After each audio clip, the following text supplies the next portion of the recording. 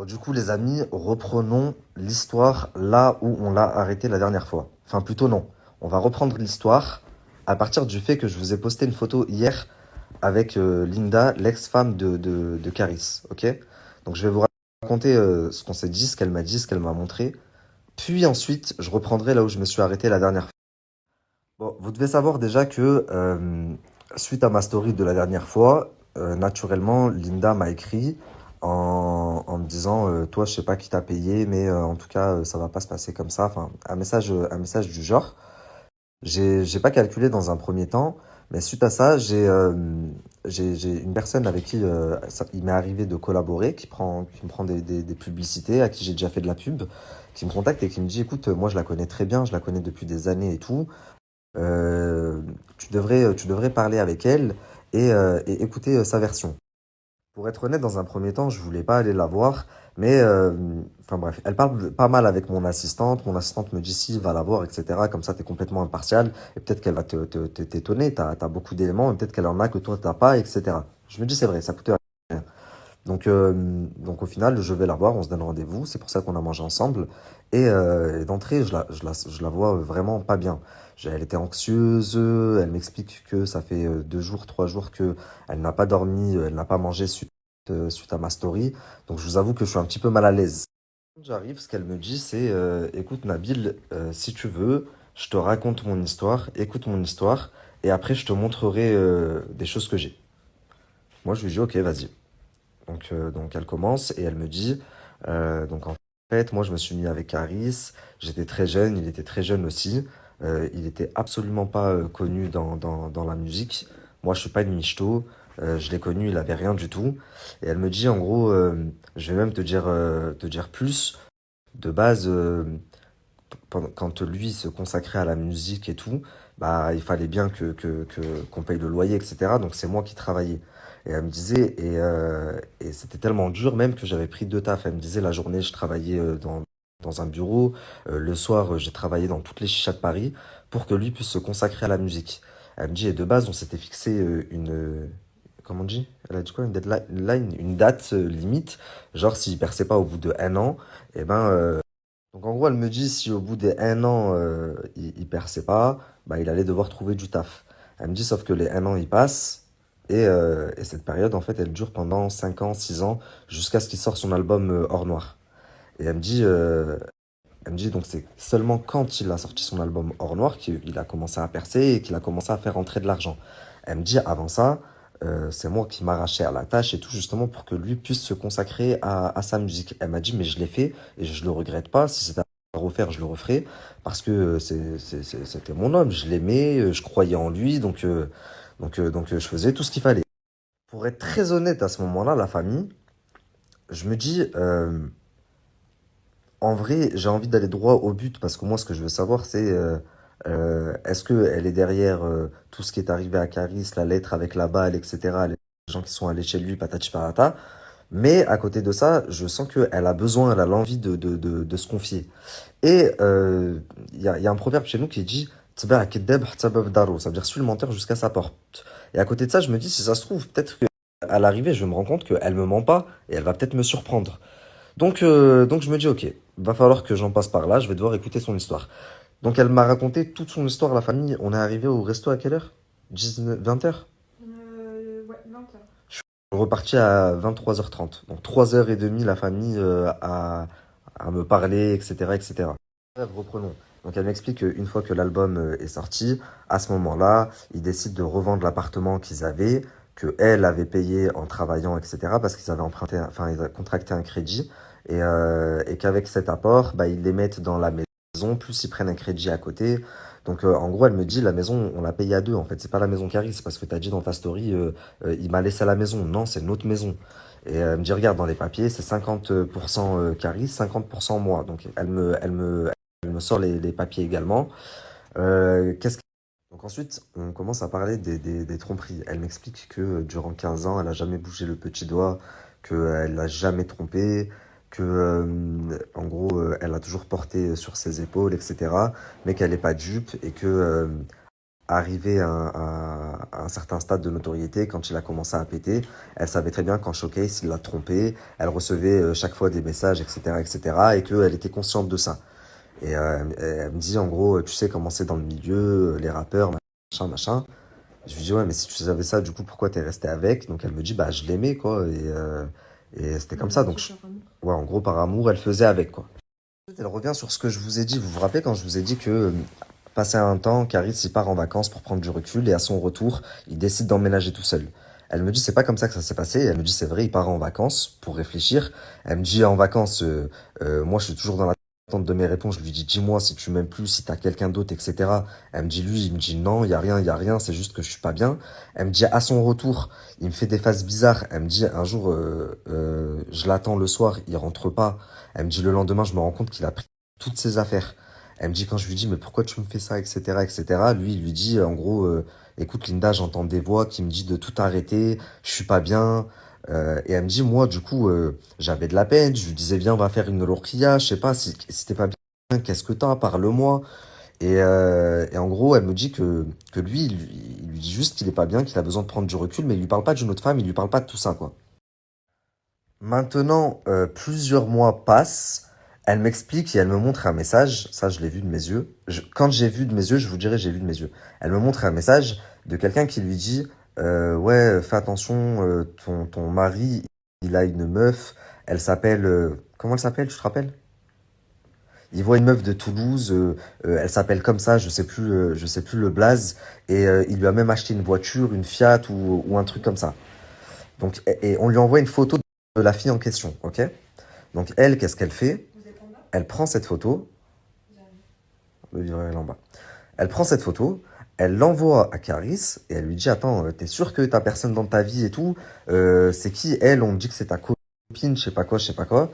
Et lui, en gros, Caris, il lui répond, non, mais les gens, ils sont fous, tu connais, ils inventent trop des vies, nanani, nanana. Donc en gros, il lui avoue pas à ce moment-là. Donc, quelques temps après, elle me dit, je reçois comme un signe de Dieu. Elle me dit, je suis chez moi tranquille, et j'ai la meuf de l'assurance qui m'appelle, qui me dit, oui, madame Intel, c'était juste pour savoir pour le papier de l'assurance de la nouvelle maison. Et, euh, et elle me dit, moi, je comprends pas. Moi, pour moi, mon mari, il est pas bien, il est dans une phase pas bien, il est dans un Airbnb sur Paris, mais ça va s'arranger. On est une famille et tout, enfin, c'est pas possible.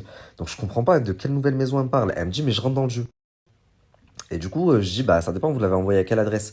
Elle me dit, du coup, elle me donne l'adresse de sa nouvelle maison. Elle me dit, moi, il était je sais pas quelle heure, je débarque en pyjama, j'arrive là-bas. Elle me dit, et je vois un gros pavillon, un putain de pavillon et tout. Elle me dit, c'est vrai, j'escalade la clôture. Elle me dit, est-ce que tu te rends compte que j'ai dû faire ça au bout de je sais pas combien de mois pour savoir ce qui se passait avec mon mari? Elle m'a dit, sinon, je savais pas du tout. Donc moi, je me dis, ah ouais, là, c'est un film. Donc elle me dit, j'escalade. Elle me dit, j'arrive, je vois une grande baie vitrée. Elle me dit, je m'approche de la baie vitrée. Et elle me dit, je vois Caris et la meuf de la photo qu'on lui avait envoyée quelques mois avant, là. Que Caris lui a dit, non, c'est pas vrai, les gens ils sont fous et tout. Elle me dit, je les vois tranquilles, de l'autre côté de la baie vitrée. Elle me dit, ils sont de dos.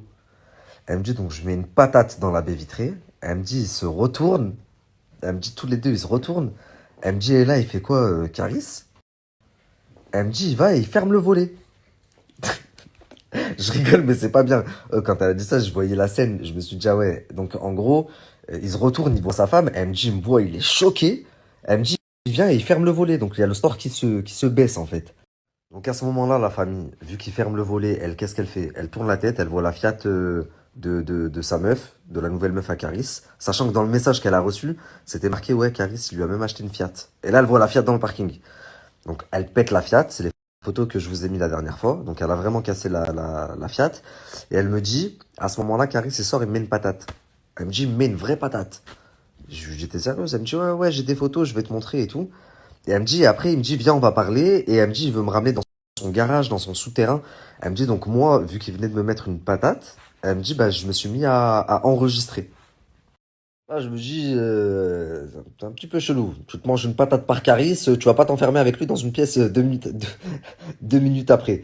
Donc elle me dit, ouais, mais pour me couvrir, j'enregistre. Je fais un enregistrement. Elle me dit, c'était pas une vidéo, c'était un enregistrement. Elle me dit, et au bout bout d'un moment, mon téléphone il tombe, il me dit, donc il se rend compte que je suis en train d'enregistrer. Et là, ça fait comme dans les films. Il me dit, tous les deux, on regarde le téléphone comme ça, on se regarde. Il me dit, je vais en courant. Elle me dit, je vais en courant pour récupérer le téléphone. Elle me dit, et là, il me met une balayette. Il me fait une clé de bras. Il me met deux grosses patates dans la tête. Il récupère le téléphone et il supprime la vidéo. Je lui dis, ah ouais, je lui dis, bah, fais voir les photos.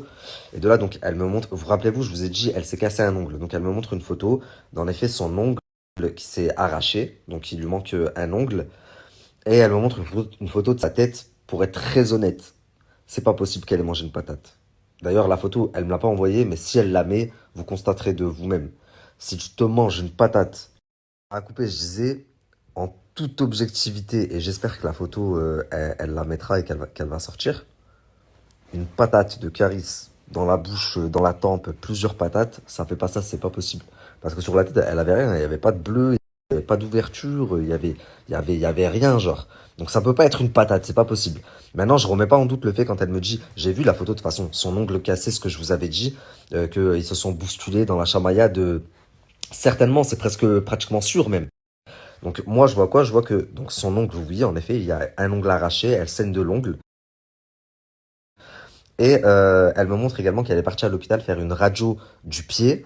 Et elle me montre une constatation médicale. Et elle me dit, voilà, en gros, elle a fait une genre d'entorse, elle s'est tordu la cheville. Elle n'a pas senti la douleur sur le coup, c'est venu après. Par contre, patate, voilà, après, Allahu Alam, peut-être que je me trompe. Mais si lui met une patate et qu'elle marque comme ça veut dire que moi, j'ai plus de...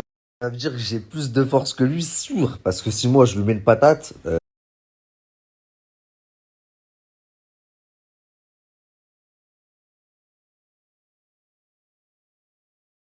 la tête de moi, enfin, c'est une femme, c'est obligé. Soit je vais l'ouvrir, soit elle va enfler, soit en plus elle est toute petite, toute mignonne. Tu lui mets une patate, elle marque. Donc si Caris, il te met une patate et que ça te fait ça, elle avait rien, c'est qu'il y a un problème. Donc là-dessus, autant sur certains trucs, je crois, autant là-dessus, je crois pas du tout. Et surtout, quand t'as passé 15 ans avec un homme, si c'est un homme violent et qui te bat, et sur 15 ans, t'as des choses, ma gueule. T'as soit des photos, des vidéos, même si ça date un peu, t'as des certificats médicaux, t'es déjà allé chez le médecin. Donc là, en l'occurrence, elle m'aurait montré, elle m'a pas montré. Donc elle me dit également, suite à ça, c'est vrai, je voulais plus que Brooklyn aille voir son père. Elle m'a dit, mais ça a pas duré 2-3 mois comme moi je l'avais dit dans ma première story. Elle me dit, ça a duré 15 jours. Elle me dit, j'avais le seum, je voulais pas que ma fille elle aille là où je me suis fait casser la bouche quelques jours avant. Donc j'avais dit à Caris, tu peux l'avoir chez ta mère, tu peux l'avoir n'importe où, mais pas chez toi. Elle me dit, mais au bout de 15 jours, c'est bon, j'ai abdiqué, puis après elle allait là-bas normal. Et là, elle me dit, vas-y, je vais te faire écouter un petit peu l'audio. Donc, elle me fait écouter le début de l'audio. J'ai dû écouter les 30 premières secondes, allez, une première minute. Dans cette première partie-là, on entend surtout Linda en train de dire, t'es sérieux, tu me fais ça à moi, Linda, je t'ai jamais rien fait, tu me lâches pour une timpe. Enfin bref, discours de meuf, quoi. Lui, on n'entend pas trop parler. Ensuite, elle me fait écouter aussi la fin de l'audio, donc la dernière minute. Et dans cette dernière minute, donc on entend que le téléphone tombe, on entend Caris qui dit Eh, mais t'es sérieuse, tu cherches à me piéger ou t'es sérieuse, tu m'enregistres, il dit un truc comme ça.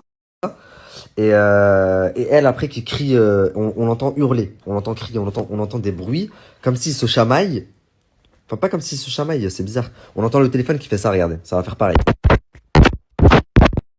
Mais en soi, l'audio là, l'audio qu'elle avait, il durait 20 minutes. Sur les 20 minutes, j'ai dû écouter 2 minutes à tout casser. Donc elle me dit au final ça s'arrête là et elle me dit carrément après cette altercation, elle me dit le soir même, il lui dit ouais je viens voir Brooklyn ce soir.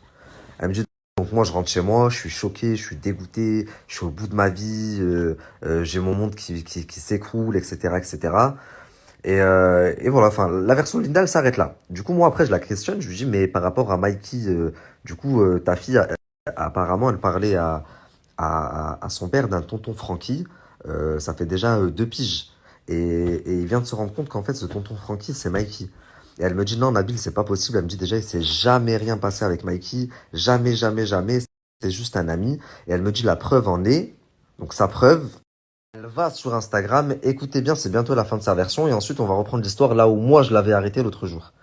Donc elle va sur Instagram et elle me dit, regarde, elle va dans la conversation avec Mikey et elle me dit, la preuve que ce que tu dis, c'est pas possible, c'est que toi, t'as dit que je couchais avec depuis 2 ans et demi, 3 ans.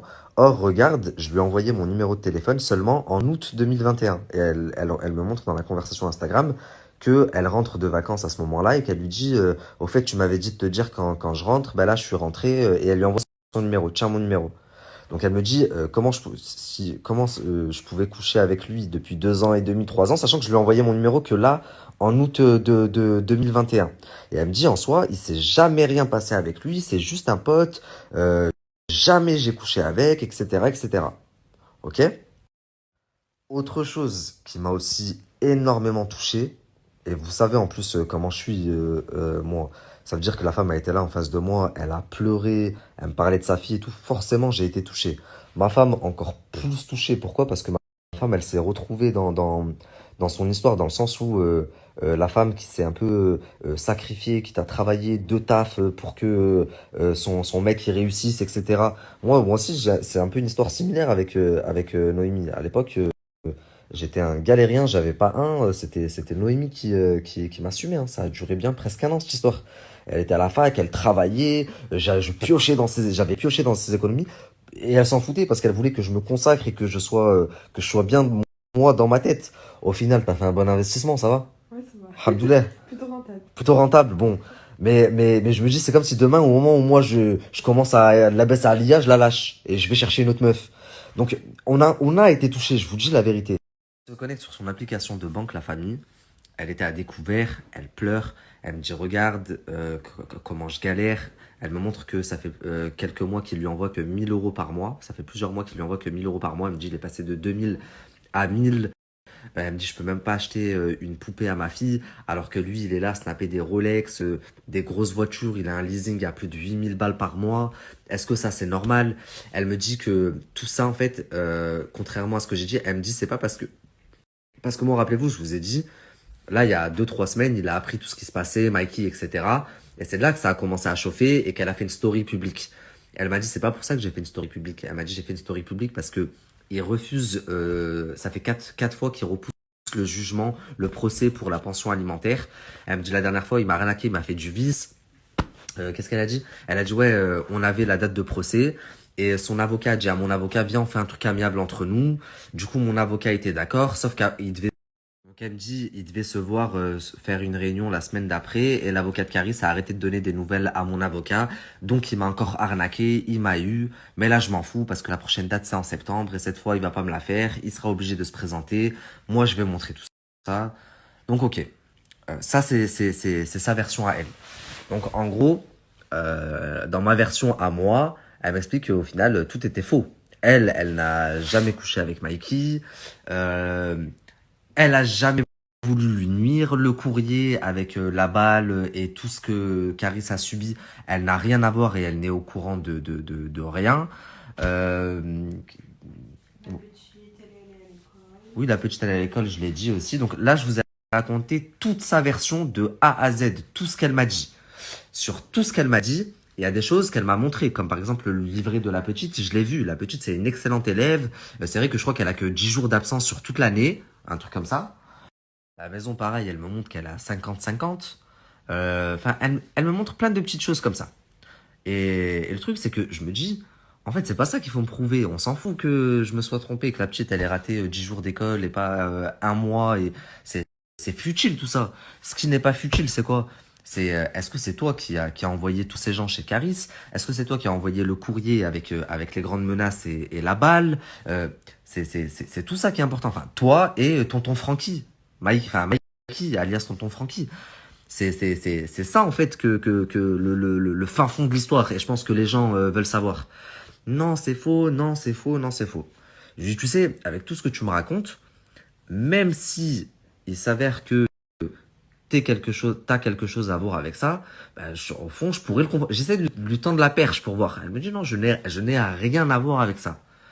Donc maintenant, les amis, vous allez comprendre les éléments que j'avais en ma possession et comprendre pourquoi la première fois, il y a beaucoup de gens qui m'ont dit Nabil, on a l'impression que t'es pas trop impartial, on a l'impression que tu prends le parti de Caris. C'est vrai que j'étais pas trop impartial, même si je savais pas encore sur quel pied danser, parce que en effet, j'avais des éléments à ma possession. Donc regardez l'audio que je vais vous mettre là, par exemple, et ensuite je vous explique.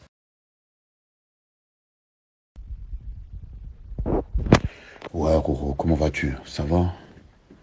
La pêche? Ouais, depuis hier. Ah, sales histoires, sales histoires.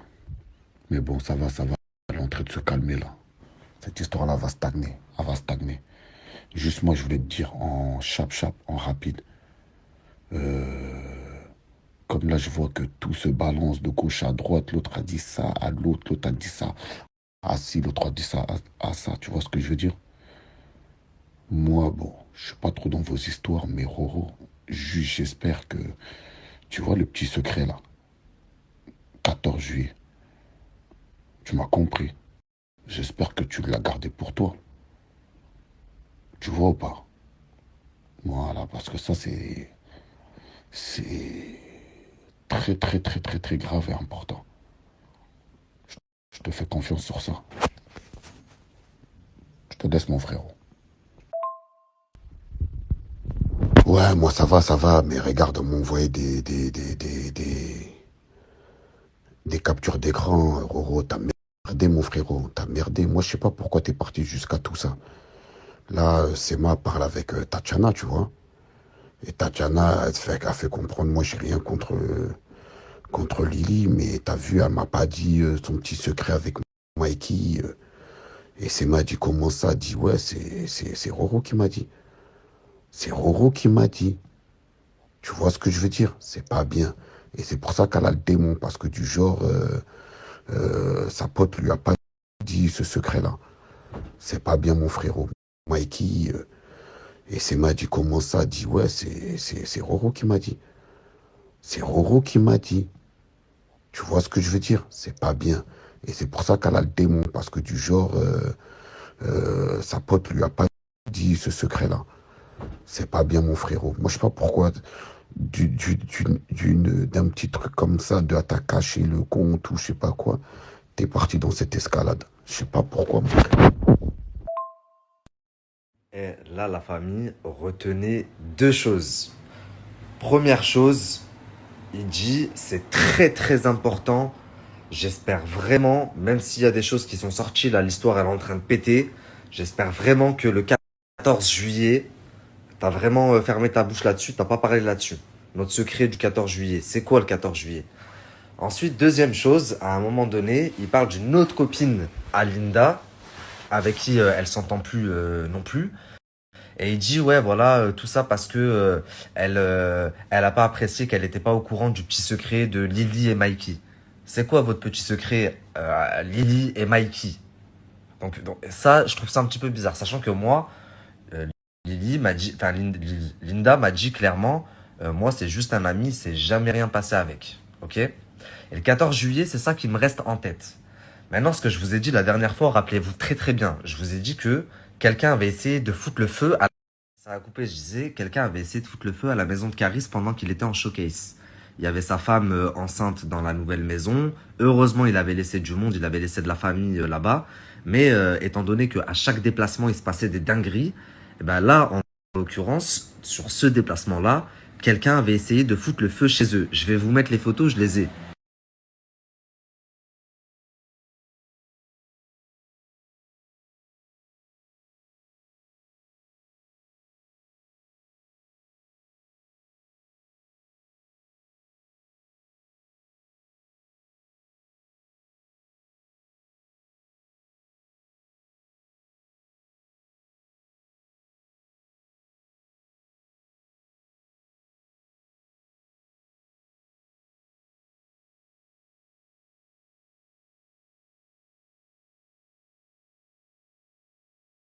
Alors là, il y en a beaucoup qui vont me dire, ok, mais pour l'instant, Nabil, l'audio, il est pas très clair. Il dit juste qu'il faut que ça reste secret. On sait que il y a un secret entre Lily et Mikey. On sait que le secret, je vais parler en wesh wesh le 14 juillet, parce que c'est exactement les termes qu'il emploie. Le 14 juillet, il faut surtout pas que ça sorte. Qu'est-ce que c'est le 14 juillet? Le 14 juillet, c'est les feux d'artifice. Feux d'artifice, donc feu. Qu'est-ce qui peut avoir un rapport au feu? Ça peut être la voiture de Linda qui a brûlé, ou alors également la tentative d'incendie au nouveau domicile de Caris aussi. Le problème, c'est que j'ai également en ma possession des messages entre Linda et sa copine. Et là aussi, les messages, encore une fois, ils prêtent à confusion. Je vais vous poster les messages.